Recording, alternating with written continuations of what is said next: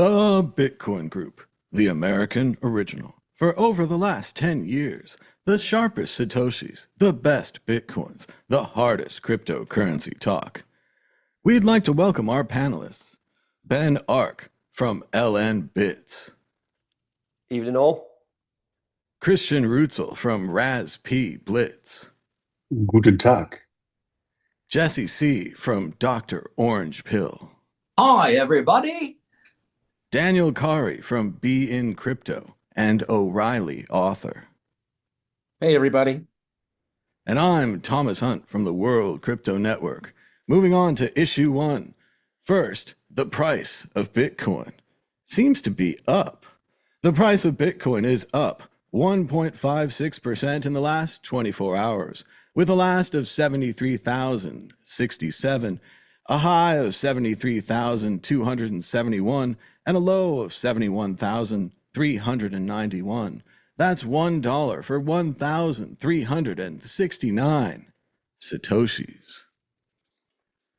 Our top story today, the New York Times, in a sensationalistic expose, complete with the video that you are seeing now, the newspaper of choice, says that Adam Back is Satoshi Nakamoto. Adam Back says that he is not Satoshi Nakamoto. If Adam Back is Satoshi Nakamoto, similar to Peter Todd, we have a playlist full of Adam Back videos and interviews that you can check out. The New York Times has their own reasons why they think he's Satoshi Nakamoto, but you've read the article by now. Ben Ark, what do you think? Is Adam Back Satoshi Nakamoto? What do you think of the New York Times claims? Do you find them convincing? I mean, he could be, and you know, the article was kind of interesting. I always, because a lot of people say, well, it doesn't really matter who Satoshi is, and I agree, of course, it doesn't. But it's a lot of fun speculating who it is, and every time there's a new article, and you know, it's Nick Szabo, it's Peter the Todd, or it's Adam Back. Like, I like the journey of trying to work out who it is, because on that journey, that's when people learn about Bitcoin. So I actually thought the article itself, it mentioned a lot about the cypherpunks, and it talked about Adam Back's earlier work, which is always good because a lot of people overlook that and they don't give him credit for what he did during the original crypto wars, and his work on hashcash as well, and just his sort of accomplishments and his pedigree over the years. So that part of the article I did rather enjoy, and although it doesn't really matter who Satoshi is, then yes, there is a whole bunch of like clues which point towards it being someone who's British, probably an academic. So Adam Back does fit that profile. It doesn't really matter. But yeah, the article was good. It was interesting. We'll get a lot of people, you know, it's just like a clickbait article, and a lot of people read it and they'll learn that the pursuit of privacy on the internet and the idea of having private money on the internet, which wasn't controlled by banks, is something which has been being worked on for a very long time. And it wasn't just Bitcoin, which came out of nowhere. And I thought the article did a good job of covering that. So I was happy because we've got Adam Back, who's like in our round in LN Bits. He was our first investor, so now I can say that Satoshi's on our cap table. And then if any other investors are like, "Well, I'm not sure about investing in LN Bits," I can be like, "Well, are you brighter than Satoshi? Is that what you're saying?" That's pretty good, Ben, but some of the sourcing was pretty weak for one of the things. I think it was one of the previous Bitcoin or cash systems. Adam described it as having an Achilles heel. And it was clear that the project had an Achilles heel. It had a centralized server. It had a universal weakness. And the author was like, they both used the phrase Achilles heel. I was like, this is shocking, shocking. And also 2 spaces after the period, Mad Bitcoins has 2 spaces after the period because he learned to type on a typewriter. As for the Britishisms, it's interesting because I actually now have Word, or I don't know, whatever I type into these days, it configures my words to British because I think it's funny. So it says like labor and other things with like U's now, before Teddy Roosevelt standardized the American language and introduced all those Z's or Z's, as Ben would call them. So I think it's funny that whenever anybody that we know is Satoshi, somebody that would like recognize me across the room, maybe, even though he's pretty well off these days. Back when we met him, he was probably doing not so great, which again is proof that he's not Satoshi. If you need proof that Adam Back's not Satoshi, it's because you've seen him at a conference, you've met him. I watched a John McAfee video before this where McAfee also pretty much says that Adam Back is Satoshi, but McAfee never says his name and never goes back to the issue because, as McAfee himself said, if he was Satoshi, he would need 50 bodyguards all the time and his life would be ruined. So why would you want to ruin Satoshi's life, even if it was him? And a good thing, again, it doesn't seem like it's Craig Wright. So we got that going for us. Christian Rutzel, is Adam Back Satoshi? I read it in the New York Times. I don't think so. I mean, at least if I had to pick from a lot of candidates that are thrown around, he would be one of my favorites at least. But yeah, I don't think so. At least from the article, it's once again of this like pick a little bit this, oh look here, this could be a lead, this could be a lead, but I don't see a burning proof anywhere. So for me personally, it is show me the signature on the keys, but that basically means the person wants to reveal itself. To prove a person without his consent to being Satoshi is a hard game, and the proof that convinces me has to be found on that one. So this article was definitely not the one.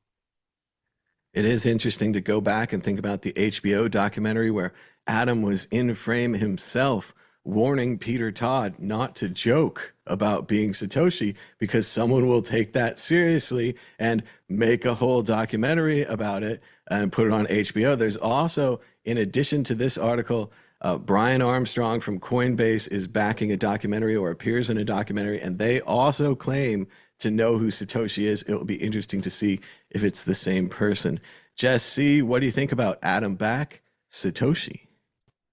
Yeah, overall, I'm sort of like with Ben. I mean, it's an interesting topic. It doesn't really bother me that people still, obviously, they're going to do it for a long time, wonder who he is.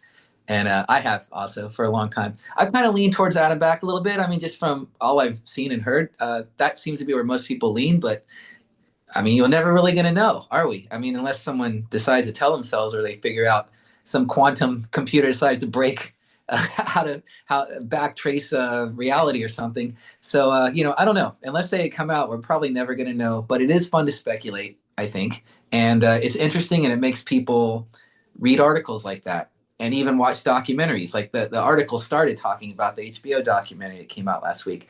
So I might have met Satoshi, too. I never met Adam Back, but I did hang out with Peter Todd one night at PubKey. So who knows? Anyway, that's my take on that one. That's pretty good. Everybody's met a Satoshi. There are so many. Daniel, what do you think about Adam Back Satoshi and the possibilities? Yeah.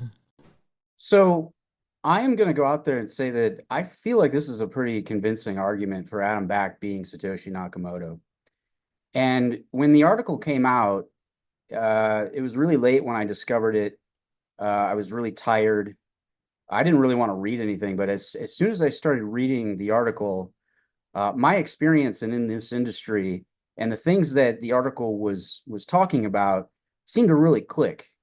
Then I had to scroll up to the top of the article, and I realized that the person who wrote the article was also the person who revealed the fraud of Theranos and wrote a book called Bad Blood. John Carrier, hopefully I'm not messing up his name too much. Just a little bit of background. So I started at CoinDesk in 2013 as an editor. I worked there for several years. I've written several books about cryptocurrency, Mastering Blockchain in 2020, Understanding Crypto in 2023, and I now contribute to Be in Crypto. So I've been talking to people in this industry for over a decade. I also contributed to the Who is Satoshi Nakamoto article that is posted on CoinDesk that was first published in 2013. All that being said, as I was reading this article this week, a lot of pieces started falling in place that I hadn't really considered before, particularly about Adam Back. There's a lot of things that Adam Back had already contributed to crypto that were meaningful. And some of the discrepancies in the time when he was around, on some of the mailing lists, and then he wasn't around. And then the one thing I also do really want to highlight is the founding and the fundraising for Blockstream in 2014.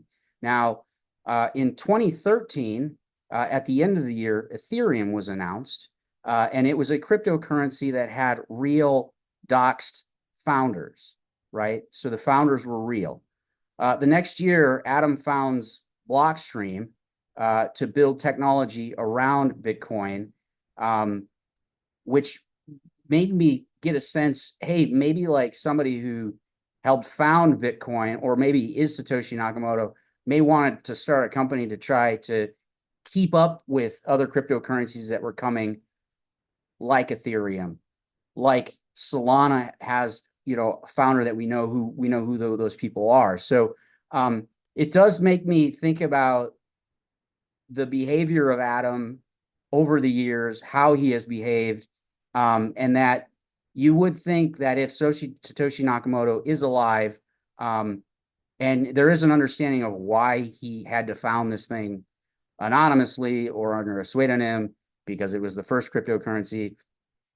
Most of the cryptocurrencies today that are successful have founders that we know of, and it does make me wonder if Satoshi Nakamoto is alive, and if he's a human, you would think there may be a little bit of jealousy to the fact that all of the other founders of big cryptocurrencies today are out there and are known and are able to get credit for what they've done. Now, that being said, having the Satoshi stash would be maybe somewhat problematic for a human. So you do have to consider that, also the tax implications. So you probably really wouldn't want to admit that you are Satoshi Nakamoto, even if you were. It's a really interesting point on Blockstream. I remember when they started out, they took off so quickly. You'd barely heard of them, and then all of a sudden, all of the major developers, all of the major players had signed on. They'd raised a large amount of money. I even think I ended up in a limo with some of them at Vegas in like Money 2020. So it happened that fast. Ben Ark, what do you think? Adam Back, is he Satoshi? I mean, obviously, we want him to be because we met him, we know him, but we also don't want anyone to be Satoshi. Like Daniel was saying, it would be a disaster for your personal life, for your tax life, for your everything life. But who else is it? Who else could be Satoshi if not Adam Back? Ben Ark, go ahead. Did you see the Spectator? They did an article, and they called him Adam Black throughout the article. I thought that was pretty good. Maybe it was to get people to click on their article. There's Andy Back. There's Andy Back. There's Andy Black is his actual pseudonym now. He's a great dude, and like if you ever go to a conference and he's there, he's not hanging out in the well area. He's like walking around talking to Bitcoiners. He's one of us. He's a techie. He gets excited about the technology. That's why he's here. And you'll see him wandering around, just chatting to everybody, just interested in what everyone's doing. So he's a generally good dude.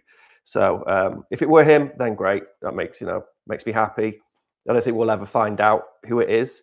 I think the real genius of Satoshi was the fact that there's so much correspondence from him, and yet we're also asking that question, who he is. And it really shows it's an extra layer of genius beyond just actually making Bitcoin. But yeah, I mean, I love Adam Back, and if he's Satoshi, great. But we're never going to know. It's still possible it could be a team being Satoshi. I still think Peter Todd wrote that one message where it says, if you don't understand it, I don't have time to explain it to you. Like that comes out of the mouth of Peter Todd. Like that's just how I hear that quote. Christian Rutzel, is it Adam Back? Is it Len Sassaman? Is it that guy who passed away? Is it Hal Finney, Joy Ito, CIA, Peter Todd, a team, Beautiful Mind, Buckminster Fuller? Who is Satoshi Nakamoto? I don't know. Why are you asking me? I think there's a lot of other smart guys around who could ask. So I ask you because I think you know. Jesse, who's Satoshi Nakamoto? Is it Adam Back? One of the people I listed?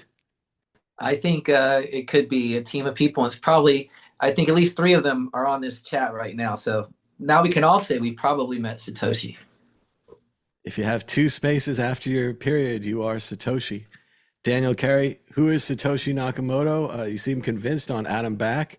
I agree, but a while ago, people would say the same thing about Nick Scavo. When we got in, they'd say, we've run the sentence structure analysis. It says Nick Scavo, which again could mean he wrote the white paper, Peter Todd wrote the angry messages on the board, Adam Back writes the code or the economic theory. I mean, there could be this multi-headed Satoshi, but again, like you say, the problem is no one keeps a secret. Everyone's jealous. Everyone's upset. And what about, the money? But go ahead, Daniel. What do you think? Yeah, interestingly enough, the last time I was on this, we had a discussion about Peter Todd because the documentary came out, and at that time I said I don't think it's Peter Todd. Was that what he would write an email like what you said? That is the way he talks. Nick Szabo, very interesting writing about smart contracts. But I don't think he's Satoshi Nakamoto. I don't think he's got really he's got academic ability, but not necessarily technical. Adam Back, I'm feeling pretty good that Adam Back, he definitely probably had some contribution to all of this. He had contribution to all of this even before these revelations. Okay, and I have a strong belief that he is, but I also have some empathy to the fact that maybe today you wouldn't really want to be Satoshi Nakamoto.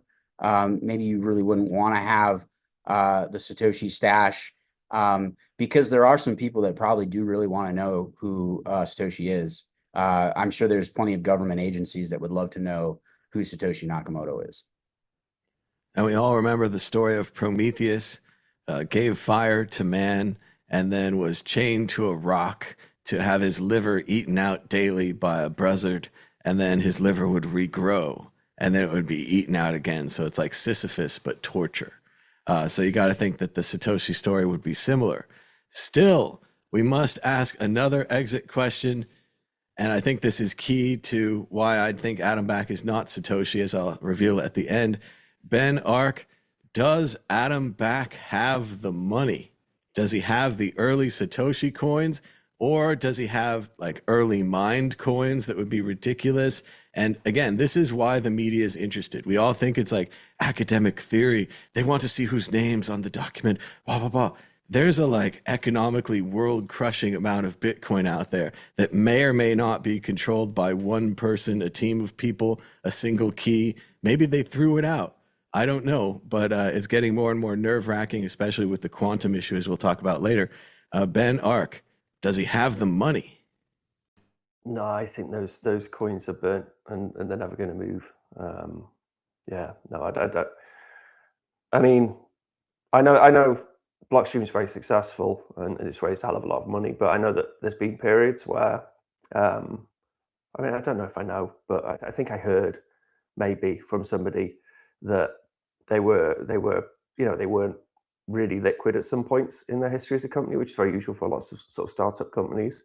And it would have been oh so tempting just to become liquid by, I don't know, releasing some of those coins, sending it to Blockstream, and then that would turn Blockstream into the most valued company in the world probably. So no, I don't think he's got access to the coins. I don't think Satoshi, whoever Satoshi may be, has access to the coins. Christian Rutzel, does Satoshi have the money? No, I don't think so. I mean, I think there was this one point where it got more scary, like Feds got involved and stuff. I think that at least was a point where if you are in this position, you make some clear decisions. And I think at this point, the keys were kind of destroyed. Jess C, does he have the money? Funny enough, I was going to mention there was in the HBO documentary, there was this sort of cryptic message from Peter Todd about knowing what it's like to throw away some unbelievable, to sacrifice, to make some great sacrifice.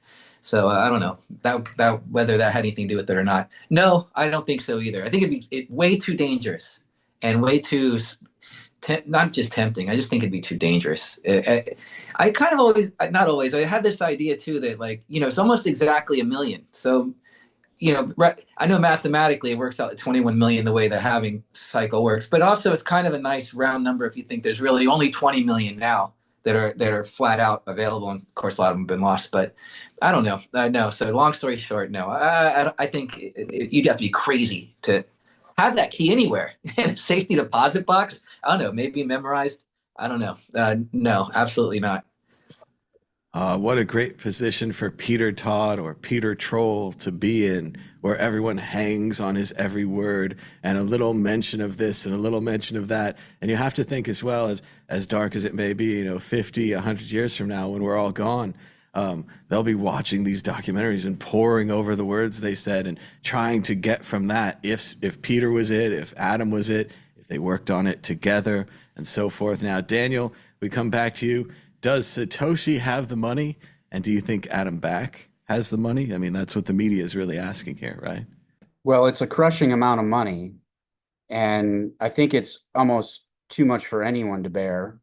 I mean, there are billionaires out there, but the majority of billionaires have either worked for it or have had some form of wealth a part of their life, their entire life, through inheritance or whatever. So for someone to have gained that much money over, a decade and a half through the creation of this, you would have to imagine that as multi-sig developed around 2013, 2014, if Satoshi had been around, there would have been something devised to better control those keys. But look, you don't know human nature in terms of someone who invents something and then it like takes off and then it becomes very valuable. So you do have to wonder whether someone could even like handle that. So as some of the other panelists had mentioned, maybe just destroying the keys or burning it would have been like the best thing to do. Just like what this thing you said about Peter Todd. And this is probably something that had been bandied around between Peter and Adam and maybe even Nick and maybe even the Blockstream guys about this sort of stuff. Like, how would you burn a large amount of money like that technically? Like, this is probably something that Blockstream even conceptually looked at, because I know that they have done a lot of research around Bitcoin. And now is the sad part where we rain on the New York Times' parade, because the first thing is that Satoshi wouldn't speak. Satoshi wouldn't speak at conferences. He wouldn't have a company. He wouldn't have another company. Real hackers don't talk. So that's why it's not Peter. That's why it's not Nick Scava. It's not any of these people. If Satoshi was anyone, it will be someone we haven't heard of, because why would they speak? And then the second thing, if you had access to the Satoshi coins, or if we put those aside and we say, if you had access to early mined coins, if you had a large stack of early coins, you would have this kind of like bulletproof feeling. You would kind of walk around like you're buying everything, you're doing everything. You wouldn't really have the worries. I think we all know, and I don't know what's going to happen in the future. And obviously Dr. Back can make choices and he certainly needs security now. But I think he flies coach. I've seen him in the line for an airplane where I'm in the line for the same airplane, and he doesn't go in first or anything. I think he flies coach. I think that there was points in this with Blockstream, like Ben said, where they were underwater. I think there's other points where he's out there working, he's hustling. And I think from what I know, from meeting him a few times personally, I get the feeling that he was not early Bitcoin. I get the feeling that as crazy as it is, he has all the knowledge. He's even on the mailing list. He has all these opportunities where it's like, I could buy, I could mine, I could be set for life. He has the mindset where he could say, oh, I should buy and hold. It makes sense. It's not just a crazy, I had that idea, it floated through my head and floated away. He has the mindset once he latches on. I think once he got in, he was in. And that's why it's so weird for people to have this switch in the line, and they talk about it in the article as evidence similar to the Peter Todd evidence, where he disappears and he has the switch where he goes into Bitcoin, which we also see with Andreas Antonopoulos or even myself, other people. When you get into Bitcoin, you get into it. I think that he was late. I think that he was scrounging to get coins. He made these companies to get coins. From personal experience, I can say, and again, I think at this point, Dr. Back would like anyone to prove he's not Satoshi or provide some evidence, so I'll reveal this. But during the Bcash thing, when Bcash was worth money, he told me or implied that he had some of those old poker chips that had some sats on them, and then he was going through them to take off the Bcash so he could take it and so he could sell it so that he could get more real sats, which is, again, it's a true Bitcoiner and it's a beautiful story. But if you have stacks and stacks of early coins, not the Satoshi ones, but early mined coins, where people would freak out if you move them, but they wouldn't be like, oh, the Satoshi coins. They'd be like, oh, you know, some of Hal's owed coins, or that Cassatius guy's got a stash, somebody like that. I don't think he'd be worried about those poker chips.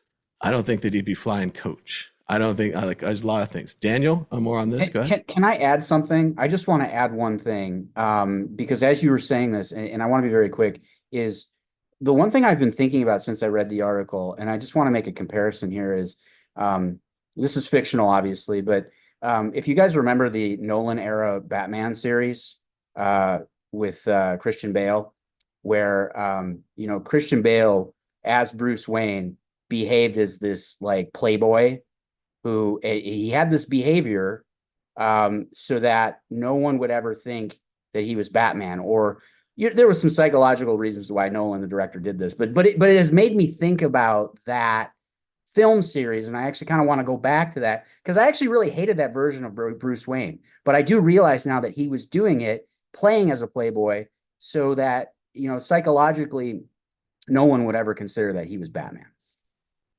That could very well be. And if you look at the interviews with Adam Back, he does seem to tense up when you ask him, when you mention these things. The reporter mentioned this tensing up, but that's also very possible. Like we're saying, if somebody accused you of being Satoshi, they're basically ruining your life, right? They're basically saying, like, you're going to need a bunch of security that you can't afford. You're going to need fancy things you can't afford. Like, if you don't have the money, you can't buy this security and so forth. So your life is ruined. So I think that would tense somebody up. Go ahead, Ben. There was also Hal Finney, when he was talking to Satoshi, he mentioned greybeards in the cypherpunk scene, as if Satoshi wasn't perhaps such one of the old hat people from the cypherpunk scene. When Adam Back is an old hat from the cypherpunk scene, which is why I actually, and on this show, way before that Netflix documentary, we talked about Peter the Todd being Satoshi. For the same reason, because it very much felt like a young person, a young upstart coming in and smushing these technologies together to build this thing in quite a goofy way, but got it working, and in a way which probably annoyed a bunch of greybeards, such as Adam Back, which is maybe why he was reserved in getting involved early on. The mystery continues. It does seem, though, Ben, like you're saying, that the mystery Satoshi, and we thought this when we talked about Dorian, Satoshi Nakamoto, and others, has to be Hal Finney's friend, and Hal Finney sees this project come along, and it's built of like all of his friends' projects, right? And it's like someone took all of your friends' projects and put them together, and you don't know them. That's not possible, right? It's one of your friends that took all the other friends' projects, put them together. It's someone that Hal Finney knows, or Hal Finney's a really bad friend. And this new project comes along, and Hal Finney doesn't say, hey, this looks a lot like my friend Adam Back's thing. This looks a lot like Peter Todd's description here. This looks a lot like this. Hal Finney is a terrible friend. Or he knows Satoshi from before, and they pick up like peas and carrots. They're just like, oh, we're back again, old friends. And he's mining, and he's debugging the code and the things that Hal Finney does. Go ahead, Ben, more on this.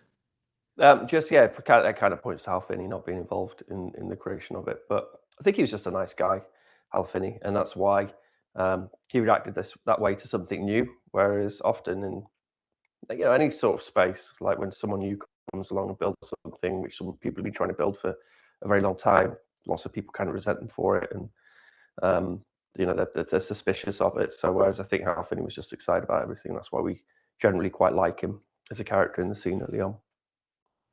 All right. Hal Finney's just a friendly guy. He's not necessarily a bad friend.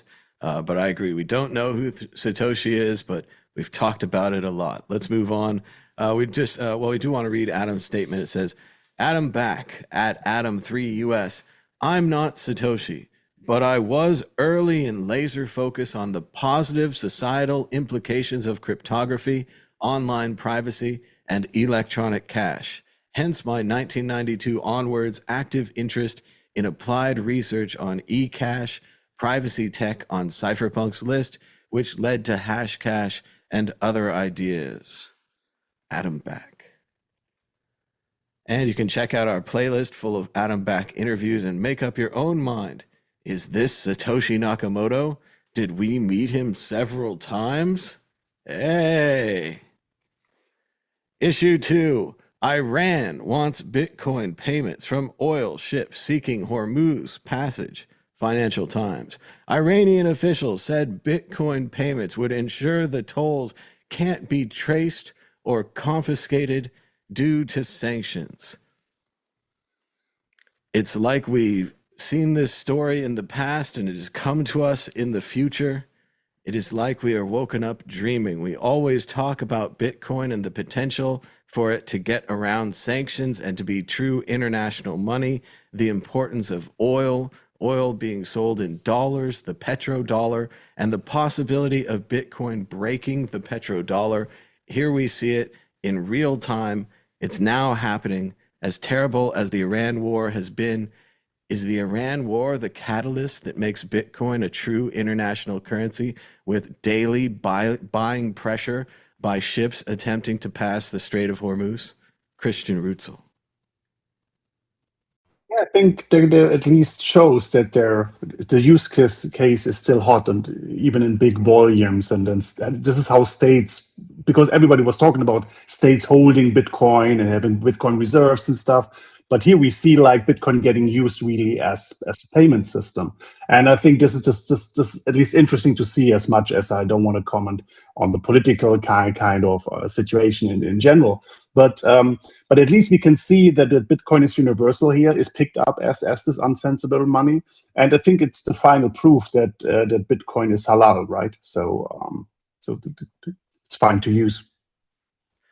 And we're talking about hundreds of Bitcoin, the kind of Bitcoin money that hasn't been sent around since people were buying alpaca socks.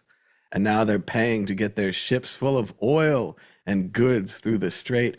Jesse, it's not a great day really with the war, but maybe it's a great day for Bitcoin. This is one of those articles where it's just like swing, straight out of Wayne's World. But I did as soon as I saw it, I was like, okay. I was like all over Twitter. I had to figure out what because that came out a couple days ago. So like the first thing I saw was somebody was like, that means mathematically it's something like 3,000 Bitcoin a day if every ship that went through there. I mean, the kind of buy pressure is just beautiful.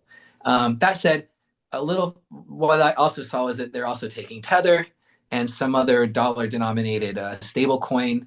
And so I don't know how many people are actually using Bitcoin to go through there, but if they're using any Bitcoin, it's a good thing. It sort of it could trigger one of those like international. Don't let them get all the stacks. Maybe it encourages some other nation to want to start stacking too, and it becomes that like domino effect. So yeah, it's the perfect thing for someone who's in Bitcoin. And then personally, I'll just say I'm an American. I don't know that we really should even be there at all. And so if what's happened over there causes something like this, something like actually it could be kind of great, not just for me personally, but I mean for like you said, sort of starting easing the petrodollar a little bit, or creating some kind of other currency, so it's just not being inflated away continuously. There's something more like a hard currency. So for all those reasons, it sounds great. I'd like to know the math. I'd like to know how many people are actually. I'd like to know in a month how many people actually paid for passage in Bitcoin. Then we'll have some idea of what really happened. Well, sadly, the collapse of the petrodollar would be a lot of change and very dangerous. So I don't know how that would be. But this is interesting if it does, like you say, take a small bit out of it.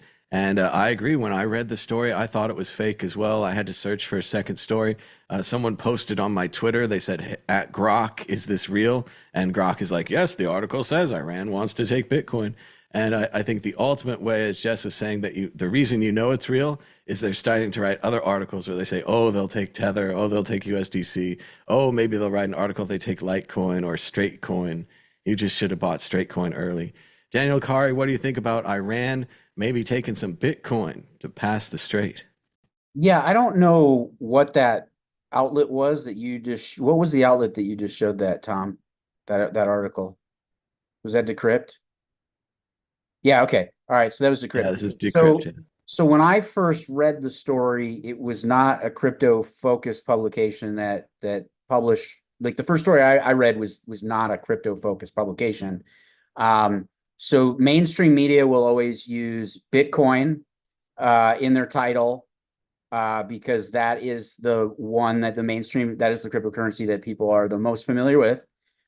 They would never write a story like, Iranians accept Litecoin for payment, right? So, It does say here, the article linked in the Financial Times says crypto. We can't read the okay, full article without a subscription, but okay. See, so some of this, what happens with these, and I'm just going to tell you this, like, given my experience, is like these headlines are workshopped and they're planned out. Obviously Bitcoiners are the ones that are like the biggest like consumers of crypto media. They don't necessarily always like the word crypto. They definitely don't always like the word ether. But what I would probably imagine is that Iran is taking whatever they can get that is not sanctioned so that they can have money, right? And the byline in that Decrypt article says that Bitcoin it says quote unquote untraceable, which is not true. But then the unconfiscatable part, I think, is what's really important. Is the Iranians want money that cannot be confiscated. They're under sanctions. They cannot use fiat, so they need Bitcoin, Tether, Litecoin, Dogecoin, maybe some NFTs. They'll take whatever they can get that is not sanctionable so that they can fund whatever, they need money, right? This is what they need to survive under sanctions. And so crypto is a good tool for that. that's all we need is a story about Iran accepting curio cards to get through the Strait of Exactly. Hormuz. If somebody had some curio cards, if there was a captain with some curio cards, I'm sure Iran would take them. What's a curio card worth these days, Tom? I think they're in the hundreds of dollars, down from Really? the tens Okay, of thousands, but because still a good I was a buy, I curio think. card holder, because you graciously gave me some, which was fantastic. Thank you so much. Because I sold at the top. Yeah, there you go. See, another satisfied customer. Somebody's got to sell the top. But yeah, I agree with Daniel. Unfortunately, or maybe fortunately, Iran are not really Bitcoin fans. They're not really putting on the hat here and saying, "Oh, thank you, crypto." They're just saying like, they'd take anything. They'd take pallets full of cash, whatever you got. But at this time, they're taking some Bitcoin. Ben Ark, what do you think about the proposal for Iran to accept Bitcoin or cryptocurrency?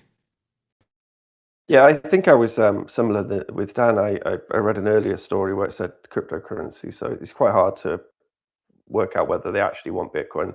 And then in the article, it was they apparently they said that once they've accepted, they're allowing the ship through. They've got seconds to send the Bitcoin. So I mean, they're going to send like a $2 million Lightning transaction. I think there was a $1 million Lightning transaction recently, but I actually think this is why the price has kind of gone up a little bit off the back of the news of the Iran using Bitcoin this way, or whatever, because it just people read it and they hear about it and they're like, oh, okay, they're using it because it's an unconfiscatable way of transmitting value without an intermediary, without a third party, which is probably more important to them than say privacy and chain analytics and the lack of privacy on Bitcoin. But yeah, I thought it's interesting that they're taking it. I know that within that region, they're quite keen on Bitcoin and associated technologies. I think we'll just see more and more of this. We'll just see more and more of people using Bitcoin to get around sanctions. I think probably people are doing it, countries are doing it more than we probably know.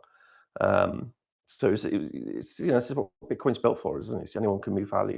So let's not politicize that. Let's not politicize the movement of value.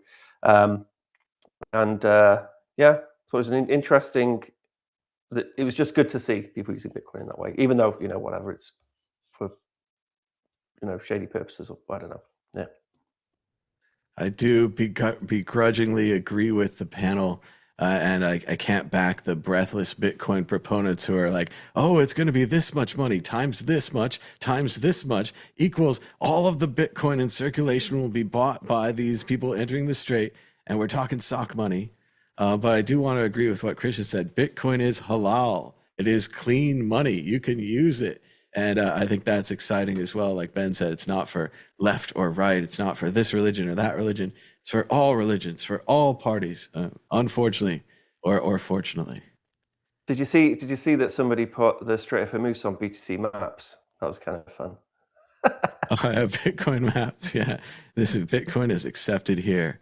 And we also accept Bitcoin at the World Crypto Network, where you can check out 4,854 videos, including brand new shorts for all you kids, featuring Adam Back being interviewed in a coat closet by Thomas Hunt and Max Hillebrand. Check it out at the Riga Bitcoin Conference, Honey Badger in Riga years ago. And of course, we just made the clips now because we're smart. Moving on to issue 3. New proposal claims quantum safe Bitcoin without a fork. A new proposal would allow you, instead of signing your Bitcoin, to solve a puzzle with your Bitcoin.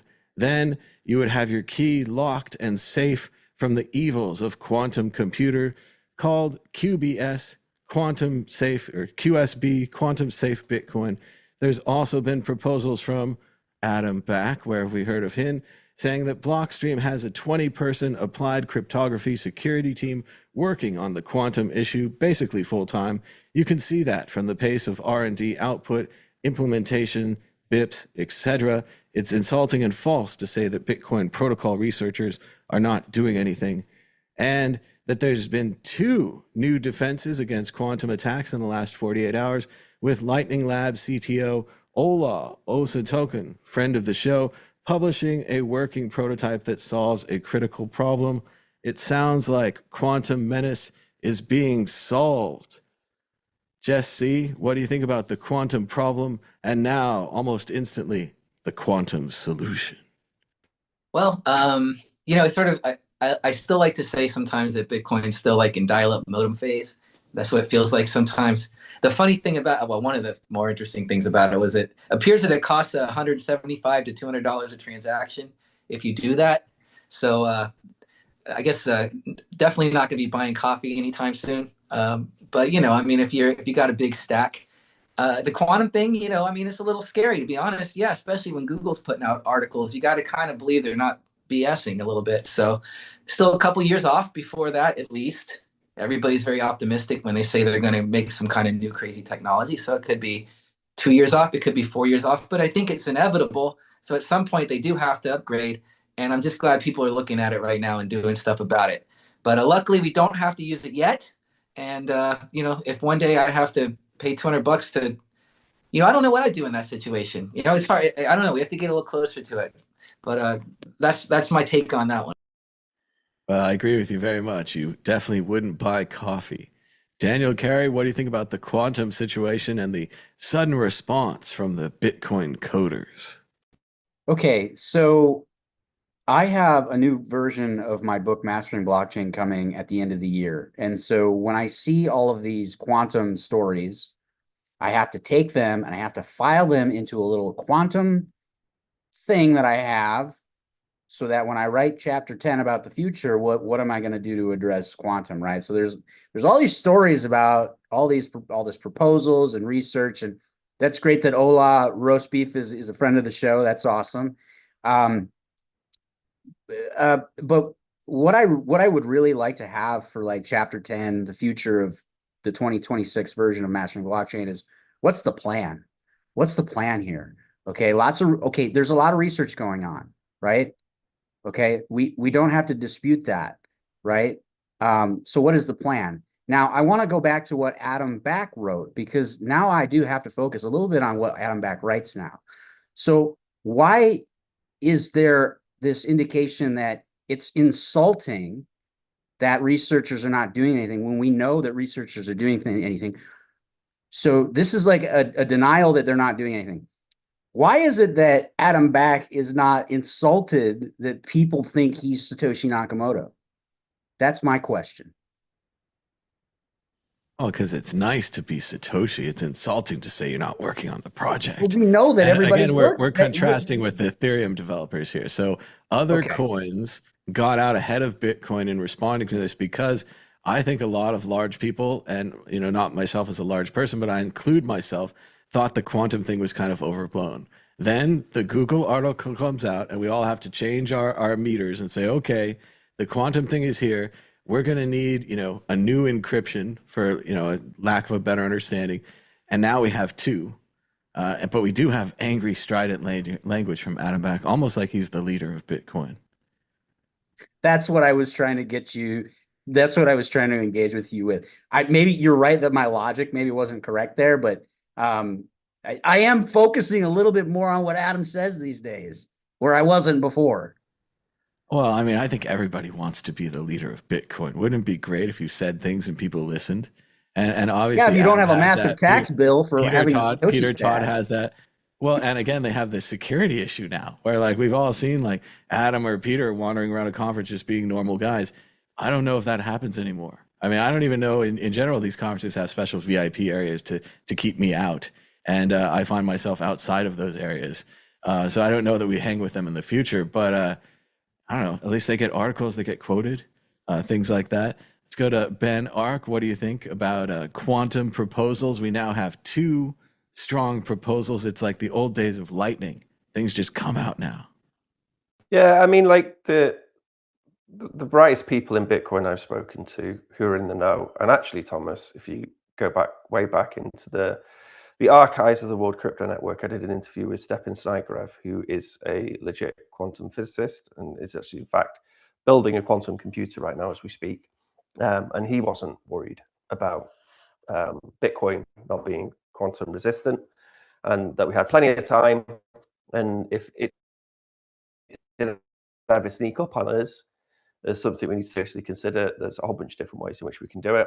Some involving forks, and with this new proposal, we see another solution which does involve forking.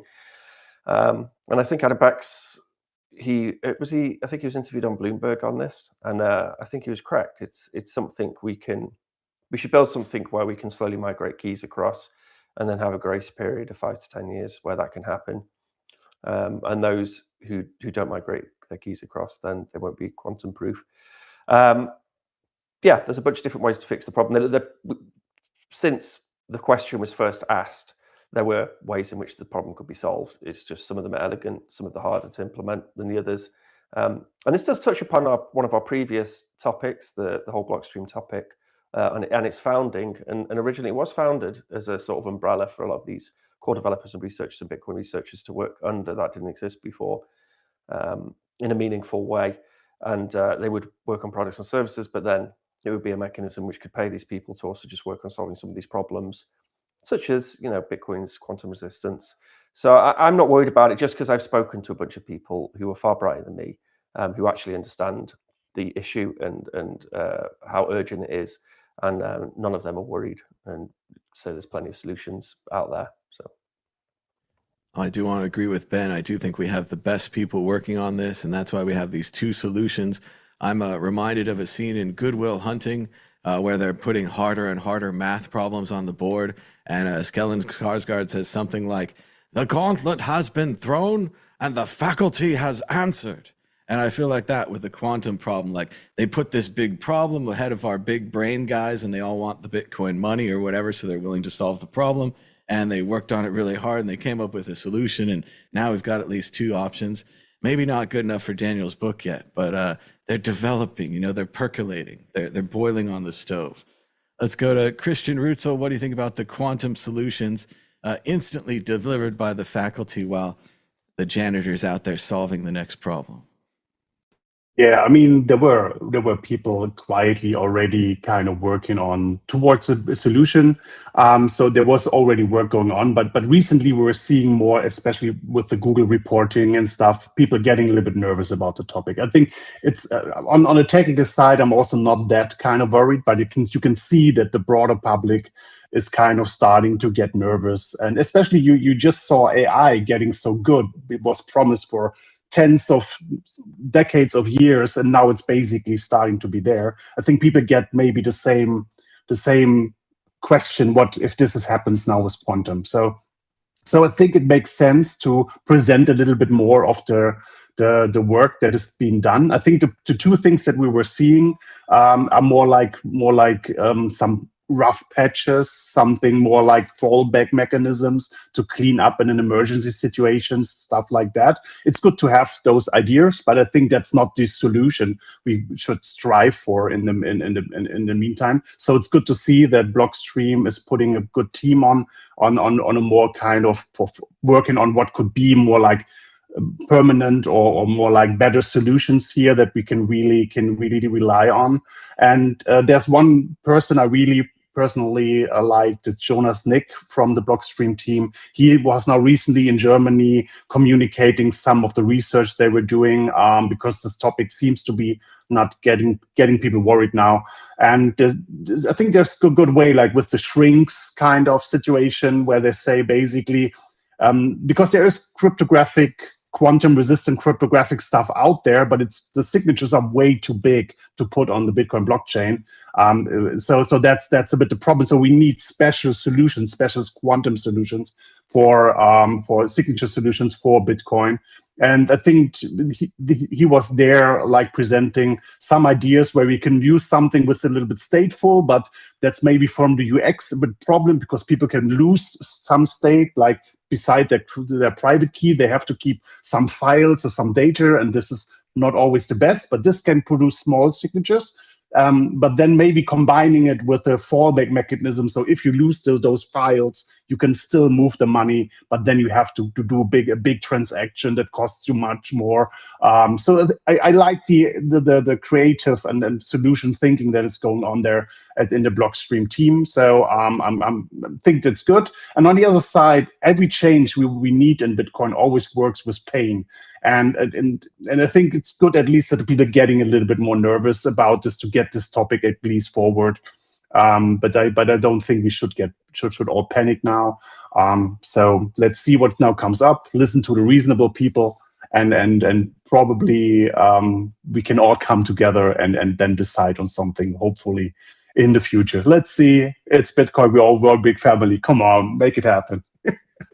The early days of Bitcoin consensus, when there's peace and love before the Hong Kong talks and all the trouble. But we have to move on to the exit question, which, of course, like everything, is all about the money. The money, the money, the money, the money. What about the Satoshi coins? Now, I know the current break by Google, they say they can crack your coin if it's in the mempool for 9 minutes and it needs to be there 10 minutes plus on average. So that's a problem if you're sending coins. I think it's generally assumed that the Satoshi coins could be hacked. Maybe we could have a flag day, say he, she, they, whatever, gets 100 days before they could secure them. But then the community might have to make a choice. And that's why we look to you, Jess C., Dr. Orange Pill. Should we freeze the Satoshi coins? Should we donate the Satoshi coins? Or should we do nothing and let hackers win? That's a really, I was actually kind of thinking about that too. That's a really tough one. There is one solution, of course, we already mentioned, which was a hard fork. And if that happened, then, what would the acronym be? That's a good exit question. BTCQ or something. But geez, I don't, I guess ultimately, if they can be frozen, I would say the community would probably lean towards that. Otherwise, you would have to hard fork, and then whatever the old Bitcoin, I don't know what those would become, if they would still be valuable, if everyone tried to sell them all in one day and trade them for the new Bitcoin or what. It'd be another Bitcoin Cash situation. But yeah, long story short, to keep it short, yeah, I guess probably freeze it. That would be my vote if I had one. Well, I could tell from the libertarians in the audience that the acronym would be STEAL, steal. And they would be very upset if they took the money. But if you just freeze it, imagine the money that you're leaving. As Krusty the Clown said, they backed a dump truck full of money to my house, a dump truck. You could really help people like the Ethereum Foundation, which is now staking its coins to get more Ethereum, which really helps people. Daniel Kari, what should we do with the Satoshi coins? Freeze, donate, or nothing? I would say nothing. I would say nothing. That would probably be of the original ethos of Bitcoin. The problem with that is I sometimes wonder if the original ethos is really there with a lot of stakeholders. And I think what we're going to see is we're going to see a lot of debate. And I think this is going to be something that's just going to be endlessly debated. It does seem like the intention, though, is for those coins not to move. So if another computer or a hack or a code change or whatever forces or allows those coins to move, it is against the original intention. So there might be some argument for freeze. Ben Ark, what do you think? Freeze, donate, or do nothing? I feel like if you froze them, then it would really go against the sort of unconfiscatable, narrative in Bitcoin. I swear that Christian, maybe you remember. I remember Jonas Nick saying something about Satoshi's coins and how at some point they wouldn't be able to be moved because there needs to be an update in Bitcoin at some point, which would happen. I can't remember what the update was for, but it was something critical where they couldn't be moved anyway. So I don't know. I mean, I guess it's the ultimate test as to whether Satoshi still has access to the keys if, when it does become a critical issue, they suddenly move to a quantum-resistant wallet. Who knows? We'll figure it out. It does seem interesting where you draw the line. If you say more than 1 million coins, we have to freeze them. More than 1,000, more than 100, more than one. Who's drawing the line? Who decides this? And again, there's that argument. Should we freeze them or should we do something good with them? And then what is good? Development of Bitcoin, development of the world, positive things, negative things. Christian Rutzel, the choice comes to you.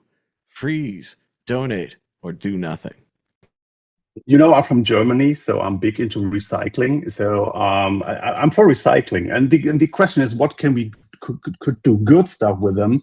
I would like to basically to put them again into the block subsidy set. So and that would personally, for me, actually, some people say it's a crazy idea, but I personally like the idea of having all coins that haven't moved like 10 years to basically put them back into the coin subsidy so that we basically also solve the long tail running and secure Bitcoin in the long run. And I think it's not too much to ask for you to move your coins every 10 years once. And this would be nice because then you wouldn't probably move them into a newer kind of address format. So it's basically also a constant upgrade cycle of the blockchain to keep legacy stuff out. So I think recycling it, solving the block subsidy solution would be elegant, and not just do it with the Satoshi coins, just do it with every coins that don't move until 10 years. That also solves the lost coins situation. It keeps the miners happy and Bitcoin secure in the long run. There's a lot of benefits there. I don't see that so crazy to me personally. What about time lock coins? Someone time locked their coins for 20 years. Yeah, I mean that's maybe something to see to probably respect. I mean, I'm thinking about people like Hal Finney. If he kind of froze himself with a brain wallet and wakes up 30 years later and then all is gone, that would be very sad personally. So I think sure, then we have to look into some special cases and discuss if this makes sense. But the general idea, I think, would solve so much things. Personally, from a technical perspective, I think we need a system that also takes care of modernizing over time a bit, again, to keep up with something coming in the future like quantum and stuff. So it would make sense from my side. It is a little terrifying. There though, is also coins expiring after 10 years. Go ahead, Ben. Yeah, I mean, Christian raises a very good point as well. That there isn't any examples of a blockchain running just on fees. So it's something we think, oh, okay, the blockchain will be secured by just fees at some point. The fees will be a decent chunk, but thus far there's a reward there, and that's why people mine beyond fees. So maybe it's not a bad idea to have something else in the arsenal to give those miners. I think Isn't you the might be final able to. subsidy? Oh, sorry. I was gonna say, isn't the final subsidy something like 1 or 2 sats anyway? So like, imagine getting 1 million. If by the time you get there, everyone's at that point, I guess you'd have to be comfortable with getting like 25 sats, then 12 sats, then 6 sats, whatever they are towards the last 12, 16, 20 years. So, that's just, I don't know. I do actually, the recycle idea is actually a really fun idea. That popped into my head as you guys were running through the different choices, but there's just something else to think. See, I feel like the recycling might be a good idea for the Satoshi coins, but then I become worried when we do it to all coins, or we say 10 years or 20 years or anything like that. Not just like Ben saying, the Hal Finney frozen wallet, all the other people, that is their intention. It's not as intent as a time lock. A time lock would be more intent, but that is their intent as far as we know, to have those coins stay there. However, if someone comes in with a new technology or a big computer or whatever it is, they also are breaking that intent. Is it better to break that intent to recycle the coins for the good of the network, or to allow hackers to take the coins? Let's just go down the panel. Jesse, sounds like you're in favor of recycling. Let's go to Daniel Carey. What do you think about recycling as a possibility as opposed to just freeze and donate? I am wondering what you're really doing to the circulation if you don't recycle, right? Because you're kind of, see, this is why this is going to be endlessly debated, because I feel like there's going to be like a circulation or cap supply debate with this, right? Whether it's real or not, there's just a lot of stakeholders involved here, and price is paramount. So is recycling good for the price or not? And then there will be an endless debate around this, and oftentimes with Bitcoin, these debates are circular, and they're not always like straightforward to, we want the price to go up. There's always like these technical circular debates about these kind of things, when for the most part things just always have to just go back to, well, how is this going to affect price? It does seem like Christian was saying, if it's based on aging, instantly people would introduce like anti-aging algorithms or things that would automatically move your Bitcoins every year or whatever, which could be great, but also could be unsafe, could also overpopulate the network with a bunch of people moving their coins. Who knows? I mean, and that's, again, if we did the full recycling, we could assume that some wallets would drift off. Or if we just say we're going to recycle the Satoshi coins, because that's a large amount of coins, presumably 1 million out of 21 million, and that would somehow affect the circulation, like Daniel's saying. Although I do think like Locust or whatever, we're going to burn through those coins as well. And in 100 years, they're going to say, oh, why didn't you, strategically use the coins to go 200 years or 300 years if we only have the Satoshi coins? And if we assume that everyone will start moving their coins automatically to remove this.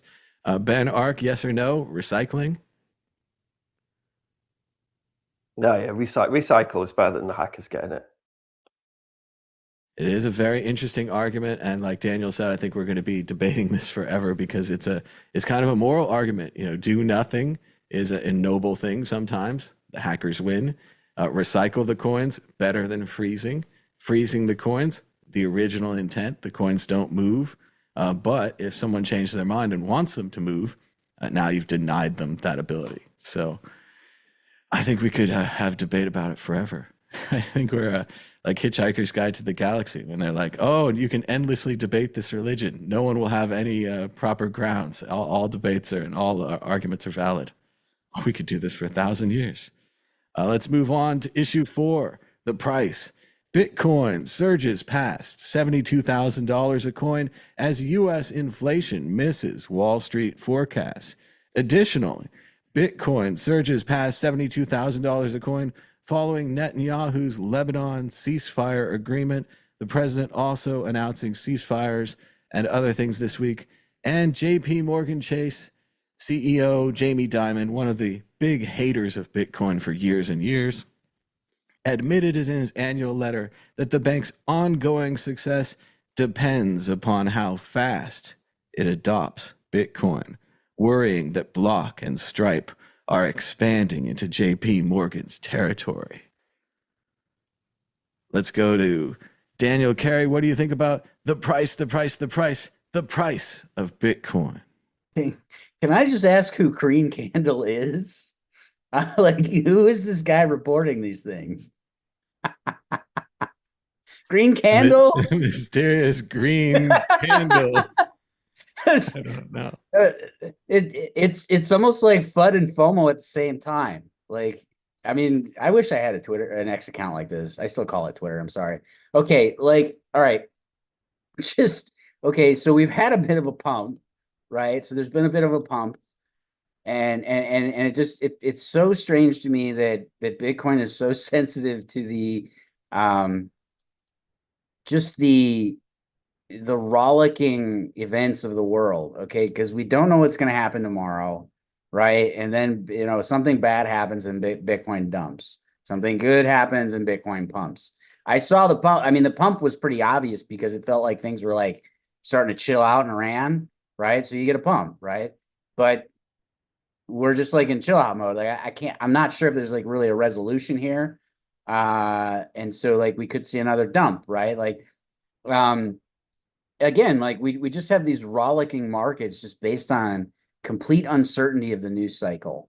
And it's so interesting to me that cryptocurrency with this 24/7 nature, Bitcoin, as we're talking about specifically, it just seems very sensitive to, like, there's got to be some guy somewhere with some big keyboards that has like a red button, and then there's a green button, and then they're reading green candle news pieces, or they're on Drudge Report or Reddit or whatever, man. And it's just like they're hitting those buttons, whatever's happening. So good news, Bitcoin up; bad news, Bitcoin down. It does seem like Bitcoin always gets the action. We're the only market that's always open, and we're not necessarily related to everything, but people want to see a number go down when the news comes out. They're like, news out, number down. And they're like, oh, satisfied, satisfied. And I don't think the prediction markets help. And going into this, just trying to forecast as a person who's, looked at markets or looked at history, you look at the war and you look at the quantum thing, you look at all this other stuff, and you say, this is bad. You should sell. You should get out ahead of this, be safe. But again, because nothing makes any sense, I just hold, or I hodl or whatever, and Bitcoin goes up. And then now the piece doesn't look good. The piece that, like you say, again, Daniel, pumped it. And then now, we go down a little and then Bitcoin goes up again. So just nothing makes any sense. We're related to the news, but we're not really related. And then I also hate that thing where Bitcoin goes down on the weekend and they fix it by Monday, or he chickens out or whatever happens. And we don't go back to where we were on like Tuesday. We were like still lower. And it's like, but the news that brought it down was fake or was solved in 2 days. It's a wacky world. It's like a movie. Ben Ark, what do you think about the price of Bitcoin? So affected by the news, but why?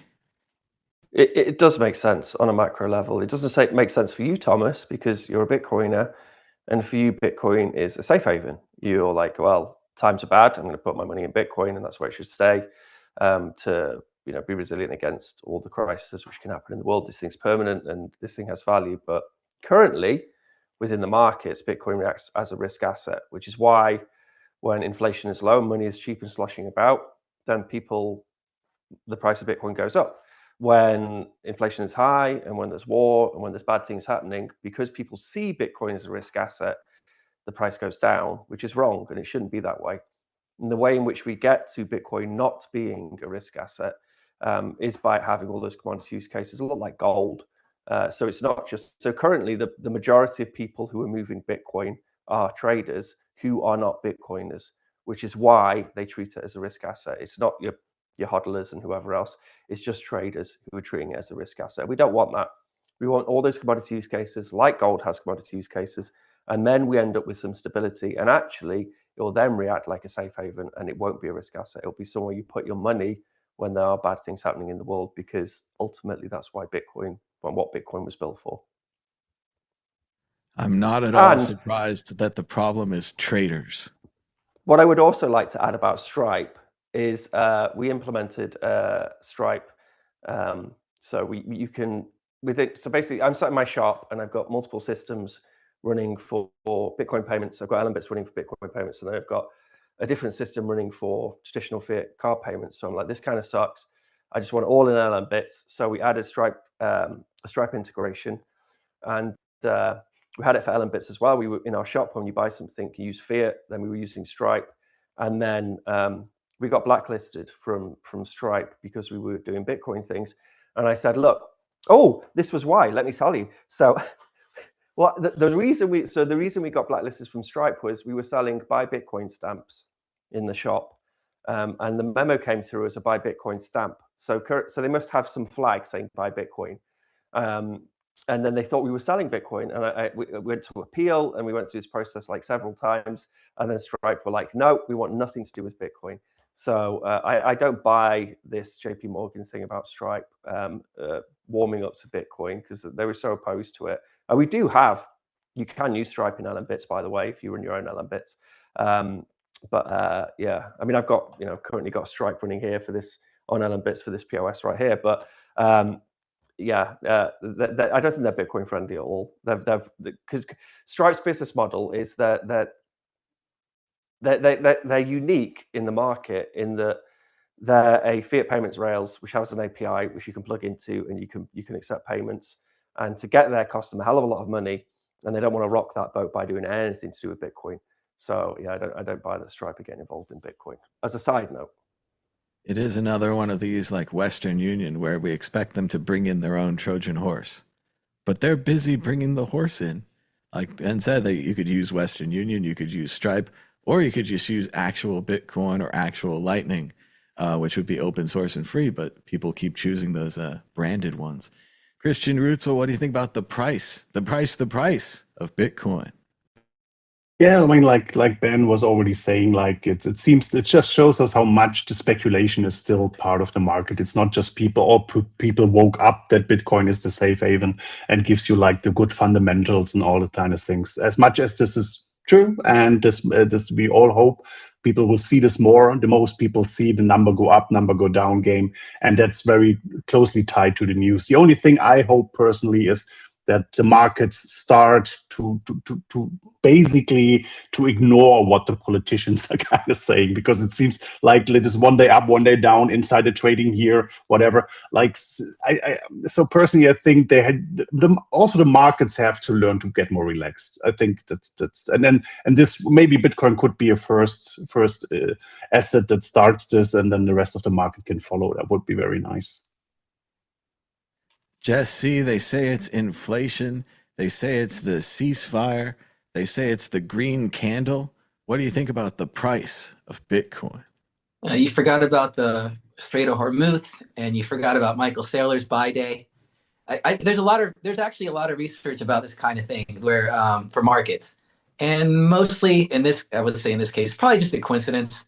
What happens is the market goes up, and then people search for the reason, and then they create a reason. And if it goes down, they search for a reason, and they create a reason. But overall, I mean, Bitcoin's just been sort of modulating between these two numbers for about a month, maybe longer. And in a weird way, as weird as it feels sometimes, we still seem to be in this 4-year cycle overall. So, so long story short, I think it's basically mostly random. I do kind of, sometimes I noticed that there's a day or 2 days a week where it kind of kicks up a couple thousand. Sometimes I think that might be the day that MicroStrategy is buying or something, but that might or might not be true. So overall, I just think it's random. I think we look for reasons after the fact, and it could go up or down by any number, a couple $1,000s any day, Now we've heard from everyone, and it's time for you to predict against the Bitcoin predictor ball. Daniel Carey, will the price of Bitcoin be higher or lower this time next week? Higher. Ben Ark. I think higher, yeah. I'm with Dan on that. Christian Rutzel, higher or lower? Say lower. We have up and downs here. Jesse, higher or lower? One other thing I forgot to mention, another reason, is that everyone's done selling for their taxes. They can pay their taxes now, so all that sell pressure is off of it. So there's another reason if you need one. But I'm going to say up, forever optimist. Forever up. And the ball, will the price of Bitcoin be higher this time next week? And it is still very hard to read. It says, yes, definitely. Yes, definitely. The ball is bullish. We've got a couple of more stories really quickly. China orders Jack Dorsey's BitChat pulled from the Apple App Store. The decentralized peer-to-peer messaging app has been used by protesters in countries including Nepal, Madagascar, and Iran. And we basically just wanted to pull this article so we could say, I told you so. This is ridiculous and predictable. Other people have made apps that were the same as the famous Jack Dorsey's BitChat, and they all get pulled from the App Store eventually. That's why it's probably better to build them open source and decentralized to begin with, and not to do this bait and switch where you could just get it in the App Store. It's so easy to use, and then all of a sudden it's not. So that's it for BitChat. It'll probably be pulled from other countries soon, and then it'll be decentralized and open source like it should be in the beginning. Also, we've had a Bitcoin bomb scare, emptying Garfield High, rattling Seattle Central District. You note how the story says Bitcoin before the bomb, as if the Bitcoin was involved in the bomb. Really, these so-called bomb scarers, they just wanted the money in Bitcoin. What I enjoyed about the article is it's not clear if they want $1,600 or 1,600 Bitcoin. So we do have a units problem as well still. Ben Ark, really quickly, what do you think about BitChat, and what do you think about the so-called Bitcoin bomb scare, which had very little to do with Bitcoin?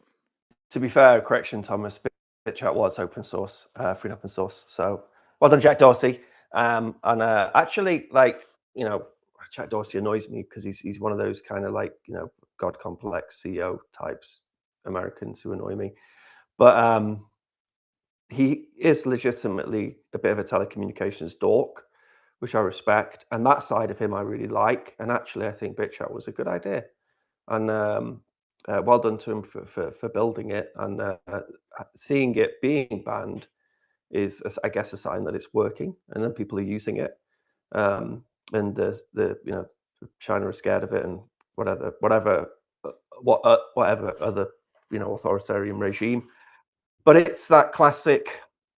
So Eric Hughes, the web sees censorship as damage and roots around it. Solutions will just get better and easier, and you know, like you can just build a BitChat as a PWA or as some web service or something. So yeah, a better solution will just come out of it, I guess, rather than using the App Store. Although Apple, they don't like PWAs for that reason. Don't use Apple, use Android, and then you can, you know, install whatever you want. It's easier. Christian Rutzel likely agreeing with Ben here. Go ahead. Yeah, I think the first of all, when the state is kind of forbidding something, it gets the word out. That's good. So the other thing is, like, I agree with Ben. Like, get an Android phone. It's even better to leave your iPhone at home, keep it on, so the all the surveillance thinks you're at home, and you take your small Android where they cut down then the mobile connection, but then you can use the BitChat to still organize. So if it pushes people to get a second burner Android phone, I think that's good, and it should not cost much in China, right? So to get an older Android phone, this should be very affordable, I think. Jesse, what do you think? High school hijinks. They used to just want the class canceled. They don't call it the dollar bomb scare or the euro bomb scare. Yeah, it was a fun story. I mean, fun, whatever. I think the best part was that about it. You know, it's like, was it 1,600 Bitcoin? But then how could, I think it had 2 hours. So how could you possibly expect the school to get? I think it's a Dr. Evil situation. They said, you know, $1 million and it was too small, something like that. But $1,600 is also like a funny number. It sounds like a high school kid, actually. More likely it was a high school kid if they only wanted $1,600, which is like what, 0.001, something like that, Bitcoin. I don't know. But yeah, you know, I don't. It wasn't really a Bitcoin story in the sense of it had nothing. You could have been asking for dollars, a suitcase or whatever, but because it's Bitcoin, of course, that makes it more scary and more sensational. And you know, whatever. It was an interesting story, and they haven't caught him yet, or her. So I guess we'll find out what happens soon. All that dude wanted was his rug back. That rug really tied the room together. Andy Ben Black. Ark, go ahead. I bet it's Adam Back. Trolling people. Adam Back called in the bomb scare. There's certainly a you know, sentence structure evidence. It is incredibly possible. Let's go to Daniel Carey. What do you think? The bomb scare, the bit chat. What do you think?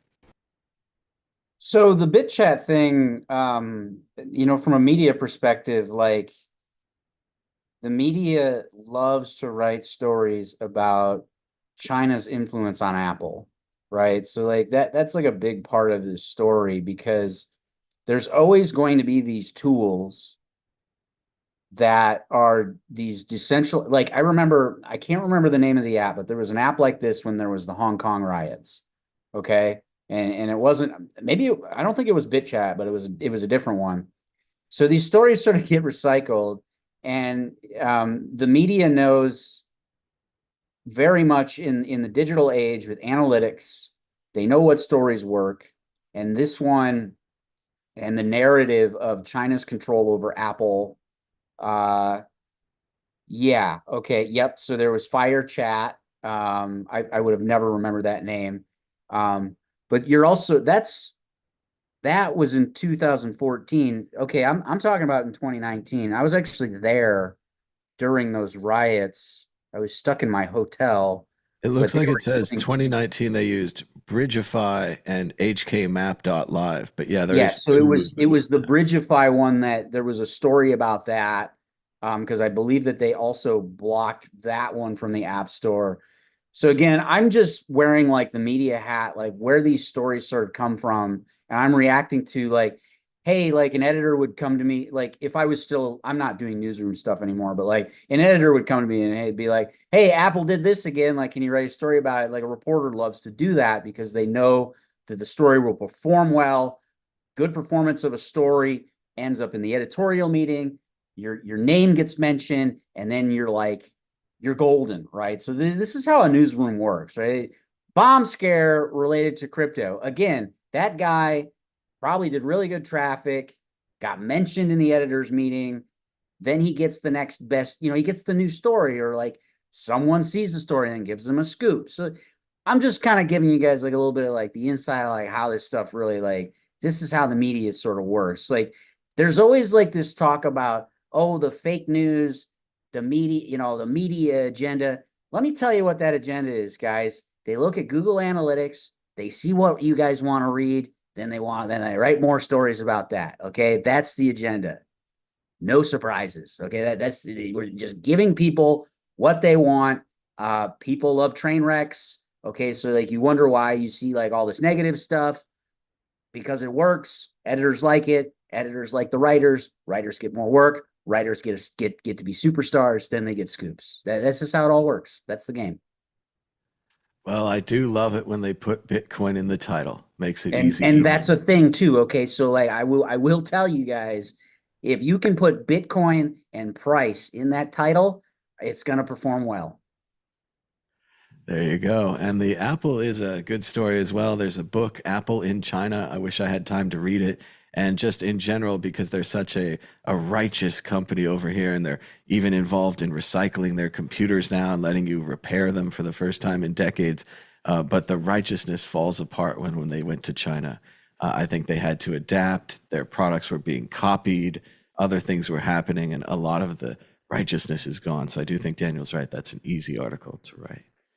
But let's move on to predictions or story of the week.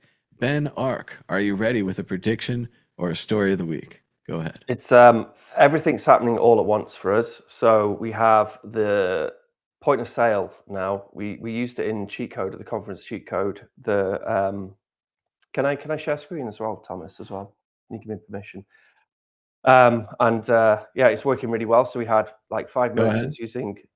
Well, I'm not quite ready yet, but we had 5 merchants using this point of sale, which you can do. Not only can you do, like as I said before, with Allen Bits, you can obviously do a Bitcoin payment. So you can do Lightning or on chain. There's a Lightning payment coming up. If I click pay, Lightning payment coming up now. Oh, there we go. You can also, and I use this in my own shop because it makes life easy. You can also do a fiat payment using Stripe, because there's no way, as long as I don't mention Bitcoin in any of my memos, there's no way to know that I'm selling anything in particular on this. So I can Oh, there we go. There we go. I can do a traditional Stripe payment as well. And then with the point of sale as well, we get a nice printer as well, so we can do our I don't know what you call it, silent printing, and you can print a receipt. So that's a really good solution for people who want to accept Bitcoin payments and also fiat payments in their shops, and they don't want multiple systems running. And we took the POS extension and then we broke it into different pieces. So we have an inventory extension in LM-Bits where you just handle your inventory and quantities, and then we have the POS extension, which is a POS. And then we have an orders extension where orders go to. So if someone buys something from the web shop, it's using the same inventory, deducts the quantity, and then also push it to orders. And you can say whether it's shipped or not. You can print out labels. I use it in my shop and it's absolutely fantastic. Some of the updates need to be pushed. We haven't pushed them yet to LM-Bits. And the other thing I wanted to show you as well, which we've been working on, is the LM-Bits box. So this is a little plug and play box. You can just plug it in. You get give it your Wi-Fi, your LAN details, and then you can also. I'm not sure it's sharing the right screen, Ben, but yeah. What? Oh, I'm just sharing this screen, am I? Oh, yeah. But can you wait there? Maybe I should unshare screen. Let me stop sharing. The LM-Bits box. You can plug it in, and then you get a URL, lmbits.local. You go there, and this thing just spins up LM-Bits, and we're using. Let me share again. We're using Spark L2. It comes packaged with Spark L2, so you can accept Bitcoin payments over Lightning. You can send and receive without having to, manage a Lightning node or anything. And again, I've been trialing it in the shop. It works really well. Plug it in. It takes about 2 minutes to set up, and then you can get your Bitcoin payments in and out. It's pretty dope. And then the other thing I wanted to share on we were talking before about some more solutions coming out for censorship-resistant communication. Vlad from LM-Bits has been working on a Telegram replacement built entirely over Nostr, and we're going to have it on chat.nostr.com sometime next week. And it looks like Telegram, which I think is important for people transitioning across from Telegram. Here's me talking to Will, DMs on Will. You can have groups. I've only set up this group. I haven't actually added anyone yet, but we will move our LM-Bits group away from Telegram to this, and it's private, and it just runs through relays, and it's encrypted. It's using NIP17, so there's no metadata leaks, and Vlad's done an incredible job working on this. This is no one's seen this before, but there's 1 billion unhappy Telegram users out there because they know that all their data isn't safe, and it's not private, and we've basically just very much kind of cloned the look of Telegram and the feel of Telegram, even little things which I love, like having all the messages on the left here, so your eyes don't have to flip from left to right, which I think is something Telegram does well. And then, obviously because it's Nostr, it makes it friendly for building bots and all the other things which people like using Telegram for. So there's that. There's the box. There's too many things. There's too many things. So we've been working on the SAS on LM-Bits. So we're going to be updating the SAS as well next week. It's all happening all at once. Look at this beautiful point of sale. So we had a cheat code. We had this on the bar, and then we had 5 merchants running these points of sale, and it all worked flawlessly, all using LM-Bits, and they were accepting card payments. They were accepting Bitcoin payments. And a couple of merchants even said, "Oh, what is this point of sale? This looks really good." So yeah, very exciting times in the old LM-Bits land. Very cool, Ben. And people can check those out at lnbits.com and nostr.com. All right, Christian Rutzel, do you have a prediction or a story of the week? Go ahead. My prediction will be the DJ Rutzel will play again at the Bitcoin conference this year. So, and it looks like the BTC Prague will be a hot candidate for me to return for a legendary DJ session. So hope everybody already feels the joy and looking forward to that. The hot summer will come. It's good vibes again, good music, good beer. Oh man, I looking forward to that.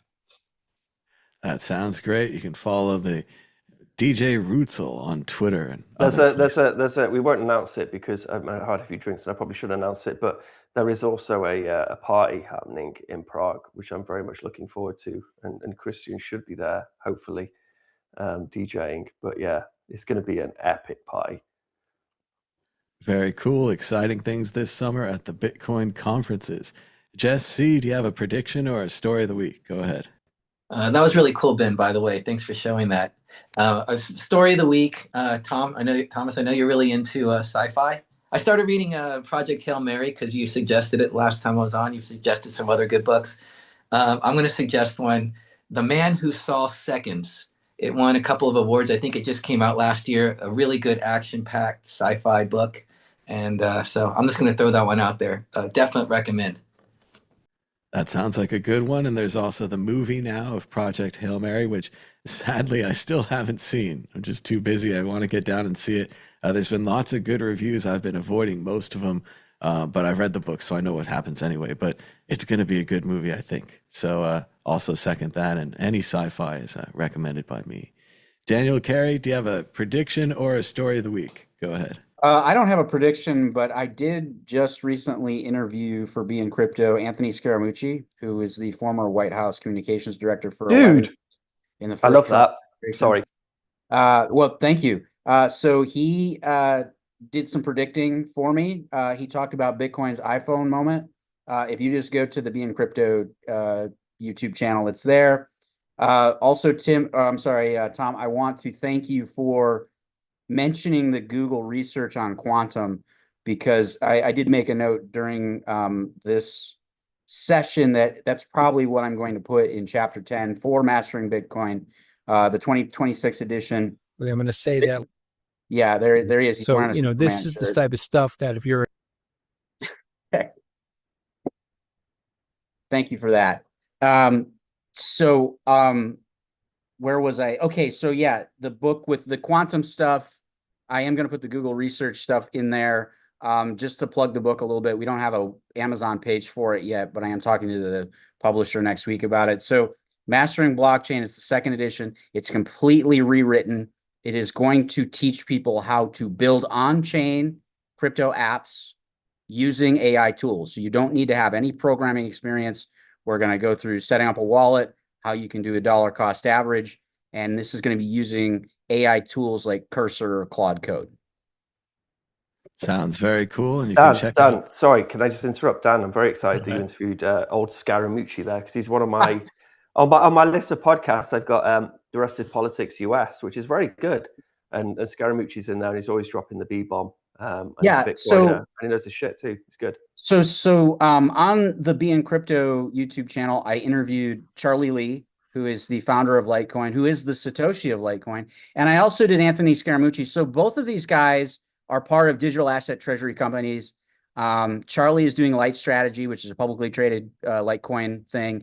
Scaramucci is doing something called Alpha Ton, which is the Ton Telegram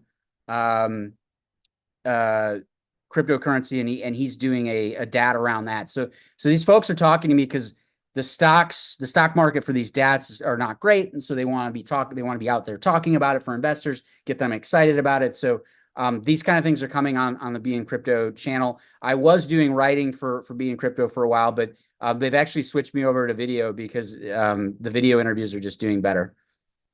So I'm the next thing I'm going to check out is Be in Crypto. Yeah, that sounds really great. Some great interviewees there. They asked. So I used to contribute to CoinDesk, and then they got a different owner, and then I was working for Blockworks, and then they had some changes with their newsroom, and then Be in Crypto reached out to me, and they were like, "Would you do this stuff for us?" I was like, "Well, I got this book coming, so sure, yeah, why not?" Is that on Spotify as well? I think we're focused only on the YouTube channel. That's a really good question, though. I need to find out about that. All right, cool. I'm gonna check it out. Yeah, we should get Thanks on for that Spotify. question.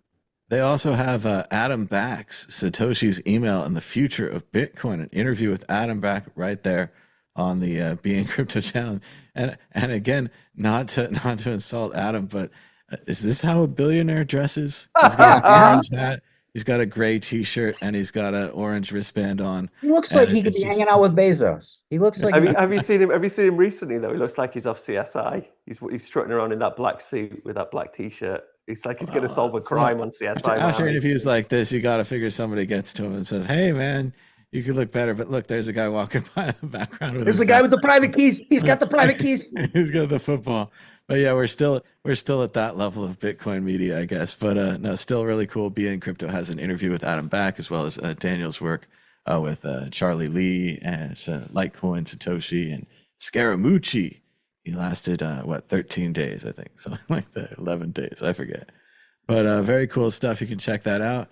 And not that much more to say today. I wanted to give us one more message from Dr. Adam Back. He quotes this meme from The Life of Brian, the great Monty Python movie. And he says, "Will you please listen? I'm not Satoshi." And it says, "Will you please listen? I'm not the Messiah." And they say, "He is Satoshi. He is the Messiah." So there's almost nothing that you can do for his position to make it any better. And it feels the same for Peter Todd, where you just wonder, what's this guy going to do? I don't think he can afford tons of security. He's got to go hide out in a hotel room for a couple of weeks, hope this blows over. But best of luck to Adam Back, who I still don't think he's Satoshi, but it'd be cool if it was. But thanks to everybody for joining us. Be sure to give us a thumbs up down below. And until next time, bye-bye.